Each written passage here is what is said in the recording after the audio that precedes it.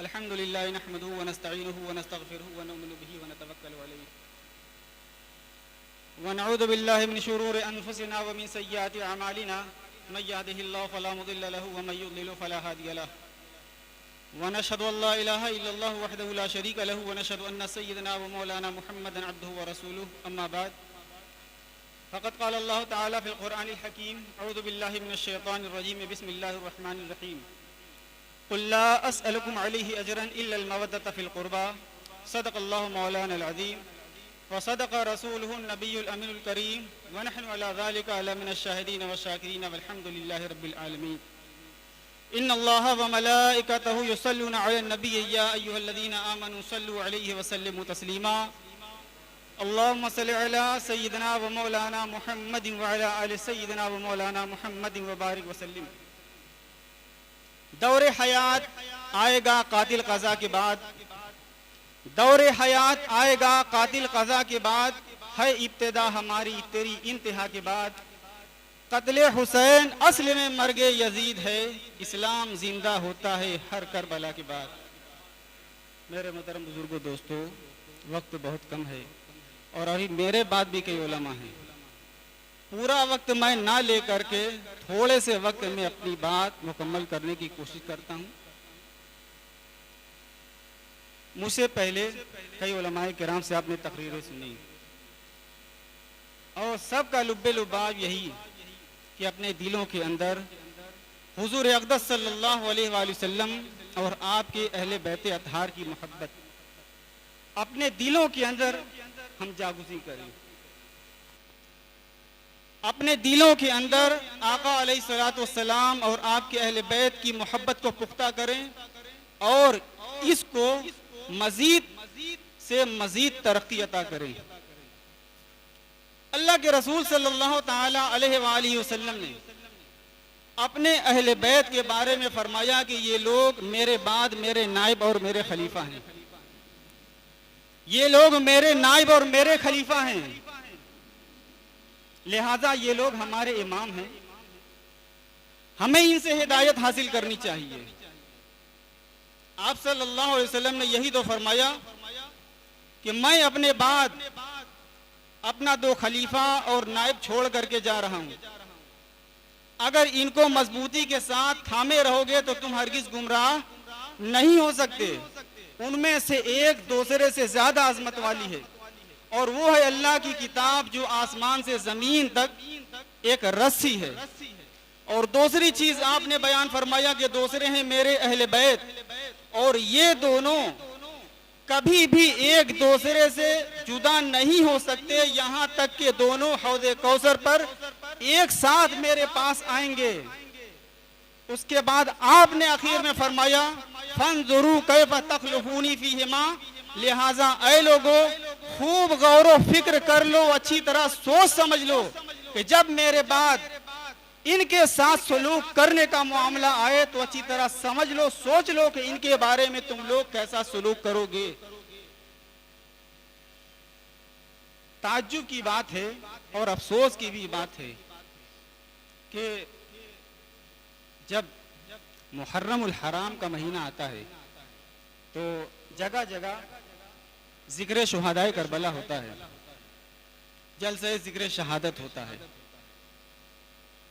लेकिन जिनका जिक्र कसरत के साथ होना चाहिए बहुत से लोग उनका जिक्र छोड़ करके दूसरे लोगों का जिक्र करने लगते हैं।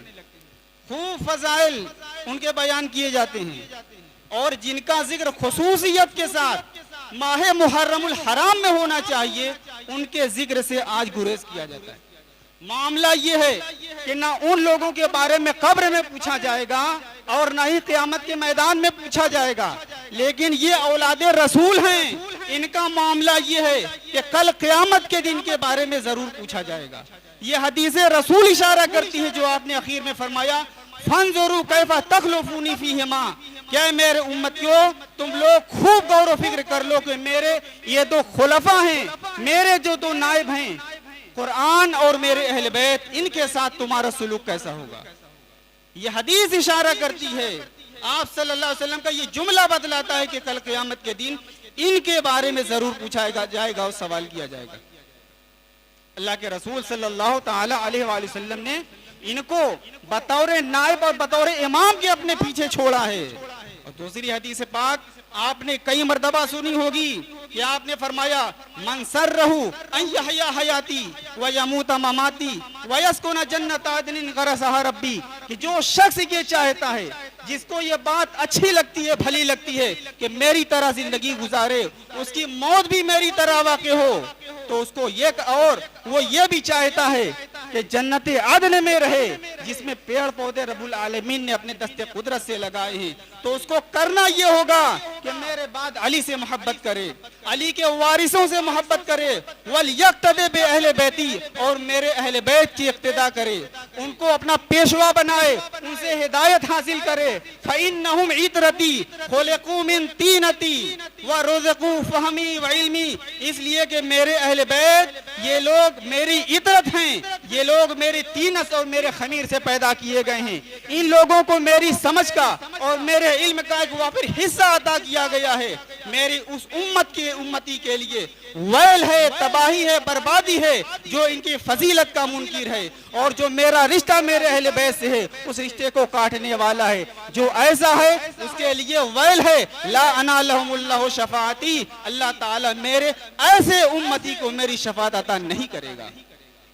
अल्लाह के नबी सल्लल्लाहु अलैहि वसल्लम की ये हदीस है।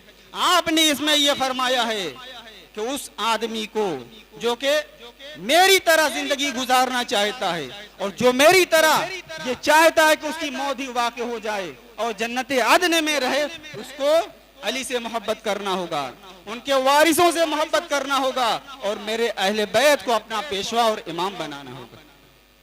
ये अहले बैत ये लोग हिदायत के मंबा हैं, हिदायत के मरकज हैं ये लोग, और हर दौर में इन अहले बैत ने, पंजतने पाक ने उम्मत की रहनुमाई और हिदायत का फरीजा अंजाम दिया है। कोई जमाना खाली नहीं रहा। ऐसा नहीं है कि अल्लाह के नबी सल्लल्लाहु अलैहि वसल्लम ने जो इनको मंबई हिदायत फरमाया है ये सिर्फ बाद वालों के लिए आपने बयान फरमाया था। सहाबाए किराम के जमाने में भी ये लोग उम्मत की हिदायत का काम करते रहे, बल्कि उमूरे खिलाफत में भी अपने बेहतरीन मशवरों से वक्त की खिलाफत को, खुलफाए राशिदीन को अपने बेहतरीन मशवरों से नवाज करके आप रज़ी अल्लाहु अन्हुम व अलैहिमुस्सलाम उम्मत की हिदायत का काम अंजाम देते रहे। और जहां हजरत मौलाए कायनात को खिलाफत में पीछे रखा गया है, उनमें एक बहुत बड़ा सबब यही भी था कि पहले खुलफाए राशिदीन ये लोग अपने उमूर खिलाफत में मौला अली से हिदायत और रहनुमाई हासिल करते रहे। यही तो वजह है कि हजरत उमर जैसे मुदब्बिर ने जब जरूरत पड़ी तो कहा था कि लौला अलीयुन ला हलका उमर, कि अगर अली ना होते तो उमर हलाक हो गया होता।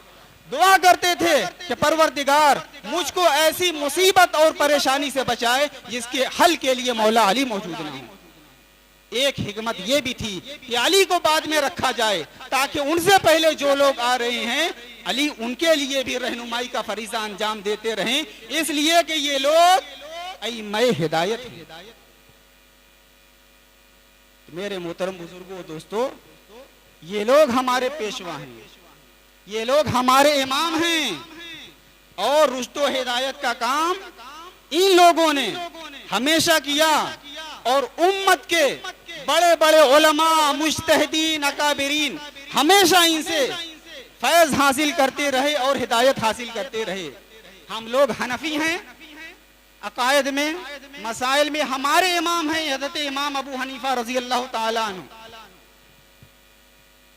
हजरत शाह अब्दुल अजीज मुहद्दिसी देहलवी रहमतुल्लाह अलैह फरमाते हैं कि हजरत इमाम अबू हनीफा को जितना फैज, जितना इल्म हजरत इमाम मोहम्मद बाकिर से, हजरत इमाम जाफर सादिक से और हजरत इमाम जैद इब्ने अली से जितना फैज मिला है वो तो बयान से बाहर है। और यहाँ एक बात कह दूं, हजरत जैद इब्ने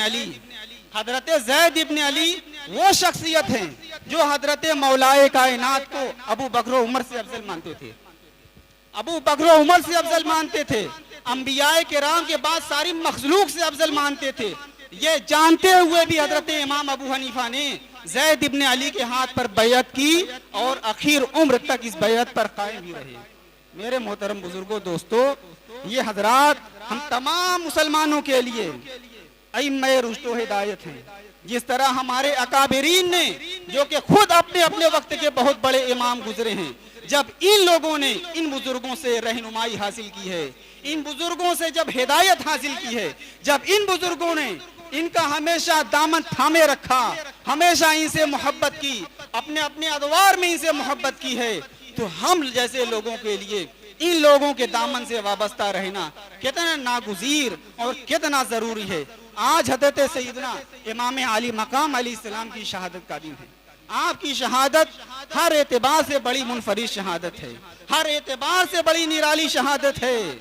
हज़रत सैयदना इमाम आली मकाम और दीगर शुहदाए किराम को जब करबला में शहीद करने के बाद जब उनके सरों को नेज़ों पर बुलंद करके लेकर के जाया जा रहा था, और जब ये काफिला मुख्तलिफ मकामात से गुजरते हुए दमिश्क में पहुंचा, इमाम आली मकाम का सर मुबारक एक नेज़े पर बुलंद है। काफिला गुजर रहा है। जब ये काफिला जा रहा था दमिश्क में, हज़रत सैयदना ज़ैद इब्ने अरक़म रज़ी अल्लाह ताला अन्हु कुरान पाक की ये आयत करीमा तिलावत कर रहे थे। अम हसिब्ता अन्ना अस्हाबल कहफ़ वर्रक़ीम कानू मिन आयातिना अजबा।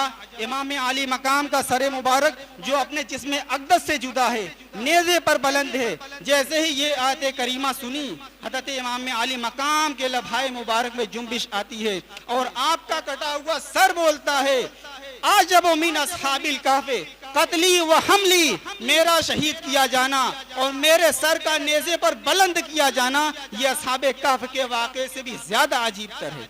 ये अस्हाबे कहफ़ कौन थे? अपने वक्त के जालिम बादशाह से इन लोगों ने अपनी जान बचा करके एक गार में पनाह ली थी। अपनी जान बचाने के लिए ये लोग भागे थे और उस गार के अंदर अल्लाह तबारक व तआला ने 309 साल के लिए इन लोगों के ऊपर नींद तारी कर दी। इमाम आली मकाम फरमाते हैं, क्या लोगों सुनो, अस्हाबे कहफ़ का वाक़या अगरचे बहुत अजीबो गरीब है, लेकिन मेरा शहीद किया जाना, मेरे सर का नेज़े पर बुलंद किया जाना उनके वाक़े से भी अजीबो गरीब है। आखिर बात क्या है, किस मामले में अजीबो गरीब है? इमाम आली मकाम फरमाते हैं, वो लोग भागे थे अपनी जान बचाने के लिए, लेकिन मैं अपनी जान बचाने के लिए नहीं, अपनी जान देने के लिए करबला के मैदान में आया हूँ। उन लोगों ने अपनी जान को बचाने के लिए एक गार के अंदर राह फरार इख्तियार की थी, लेकिन आज मैं करबला के मैदान में अपने अज़्ज़ो अकारिब की, अपने दोस्त अहबाब की, यहाँ तक कि अपने तमाम बाल बच्चों की कुर्बानी पेश करने के लिए आया हूँ। वो लोग तो वो थे जो छुप करके अपनी जान बचाने के लिए आए थे। मैं उस अली का बेटा हूँ जो कभी जंग में पीछे नहीं हटा है, और वो लोग वो थे, उन लोगों ने अपनी जान की हिफाजत की खातिर एक गार के अंदर पनाह ली थी। मगर आज वो वक्त है, दीन पर आंच आई है, शरीयत को बचाना है, इस्लाम को बचाना है, कुरान को बचाना है। तो तहफ़्फ़ुज़ इस्लाम के लिए, तहफ़्फ़ुज़ कुरान के लिए, तहफ़्फ़ुज़ शरीयत के लिए अगर आज मुझे अपने सारे कुंबे को कुर्बान करना पड़े तो सब कुछ कुर्बान कर दूंगा, लेकिन अपने नाना जात की दीन को, आपकी हुर्मत को, आपकी शरीयत की हुर्मत को हरगिज पामाल नहीं होने दूंगा। कत्ले हुसैन असल में मर्ग यजीद है, इस्लाम जिंदा होता है हर करबला के बाद। वाखिर दावाना अल्हम्दुलिल्लाहि रब्बिल आलमीन।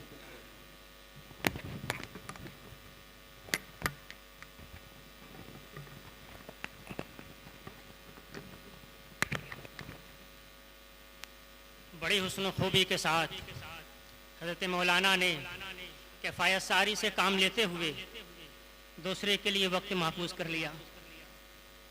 अब हज़रत मौलाना रिजवान अहमद साहब ज़ियाई कौशरी ये मिंबर खिताबत पे आएंगे और बचे हुए वक्त में अपने मवाइज़े हसना से हमें नवा